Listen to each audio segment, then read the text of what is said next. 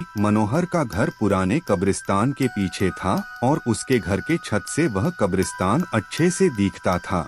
वह रोज उस कब्रिस्तान को पार करके ही अपने काम पर जाता था। मनोहर के दो बच्चे थे और दोनों बच्चे बड़े ही शैतान थे। बड़े बेटे का नाम रॉकी और छोटे बेटे का नाम विकी था। एक बार गर्मी की छुट्टियों में रॉकी और विकी की बहन सोनिया भी आई हुई थी। तीनों मिलकर रात के लगभग 12 बजे एक रूम में ट्रूथ और डेयर खेल रहे थे।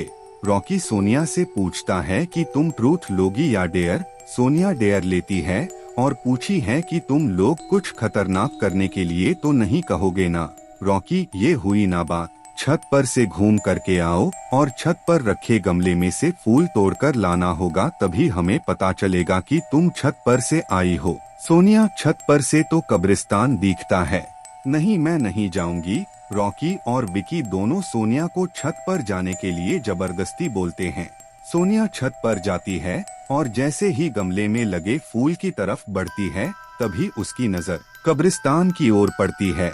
कब्रिस्तान में एक बड़ा सा सूखा पेड़ होता है। वह देखती है कि उस पेड़ पर एक सर कटी हुई उल्टी लाश लटक रही होती है।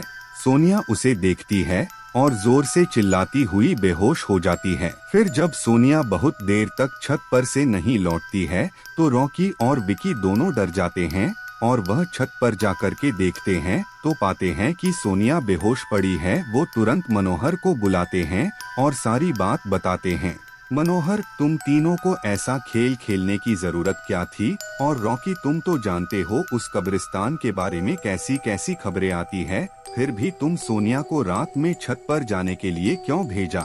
रॉकी, सॉरी डैड, मुझसे गलती हो गई, हम आगे से ऐसा नहीं करेंगे और फिर कभी दोबारा ऐसा काम किया तो तुम दोनों को उसी कब्रिस्तान में छोड़ आऊंगा। अच्छा सोनिया बेटी, ये बताओ तुमने वहाँ ऐसा क्या देख लिया था कि तुम वही बेहोश हो गई? सोनिया सहमी हुई हालत में मनोहर को सारी बात बताती है कि उसने क्या देखा।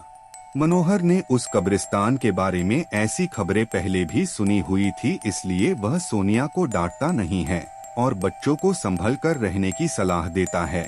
एक दिन मनोहर को काम से छुट्टी मिलने में देर हो जाती है और उस दिन उसे ऑटो भी नहीं मिलता है। वह पैदल ही घर की ओर चल पड़ता है। इधर विकी और रॉकी दोनों आपस में बात करते हैं। रॉकी, विकी, तुम्हें क्या लगता है सोनिया ने जो कहा वो सच है? मुझे तो लगता है कि वो सिर्फ बातें बना रही है, वो उसका भ्रम होगा। विकी, अरे नहीं भाई, तुमने उसकी हालत देखी नहीं, एक दिन भी और यहाँ रुकने को तैयार नहीं हुई। मुझे लगता है कि उसने सच में कुछ देखा होगा। रॉकी, चलो हम कब्रिस्तान में जाकर खुद ही देख लेते हैं। विकी, अरे भाई, तुम पागल तो नहीं हो गए हो? मुझे अपनी जान बहुत प्यारी है, मैं कहीं नहीं जाऊंगा और तुम भी मत जाओ। विकी के मना करने के बावजूद रॉकी नहीं मानता है और वह अकेले ही कब्रिस्तान की ओर चल देता है। कब्रिस्तान का दरवाजा खोलता है और अंदर चला जाता है। वह उस पेड़ की ओर भी देखता है जिस पर सोनिया को सर कटी हुई उल्टी लाश दिखी थी। रॉकी खड़े होकर उस पेड़ की ओर देखता है, तभी एक अदृश्य हाथ उसके पैरों को पकड़ लेता है। रॉकी डर जाता है और जोरों से चिल्लाने लगता है, बचाओ, छोड़ दो मुझे, मुझसे गलती हो गई, मैं फिर कभी यहाँ दोबारा नहीं आऊंगा।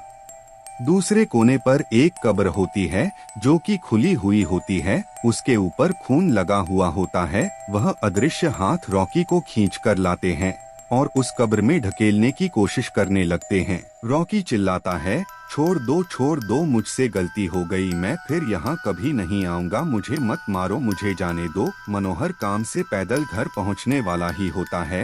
जैसे ही वह कब्रिस्तान से गुजरता है, उसे रॉकी की आवाज सुनाई देती है। मनोहर, ये क्या? ये तो रॉकी की आवाज लगती है, ये तो कब्रिस्तान से आ रही है, मुझे जाकर के देखना चाहिए। मनोहर कब्रिस्तान में चारों ओर देखता है, लेकिन रॉकी कहीं नहीं दिखाई देता है। वह घर लौटकर आ जाता है और विकी से पूछता है कि रॉकी कहाँ है। विकी, पापा मेरे बार बार मना करने के बावजूद भी रॉकी कब्रिस्तान में चला गया। वो जानना चाहता था कि सोनिया जो कह रही थी वो सच है या नहीं। मनोहर, हमारे पास समय बिल्कुल भी नहीं है, जाओ घर के मंदिर में शंख में जो जल रखा है वो जल्दी से लेकर आओ, हमें रॉकी को खोजने कब्रिस्तान जाना पड़ेगा। वो जल लेकर आता है। मनोहर और विकी कब्रिस्तान में जाते हैं। मनोहर जल छिड़कता है फिर उसे किसी के घसीटने का निशान दिखाई देता है। वह समझ जाता है और फिर उस निशान का पीछा करते हुए उस कब्र तक पहुंच जाता है। मनोहर कब्र के आसपास वो जल छिड़कता है। कब्र से अजीब अजीब सी आवाजें आती है। विकी बहुत डर जाता है।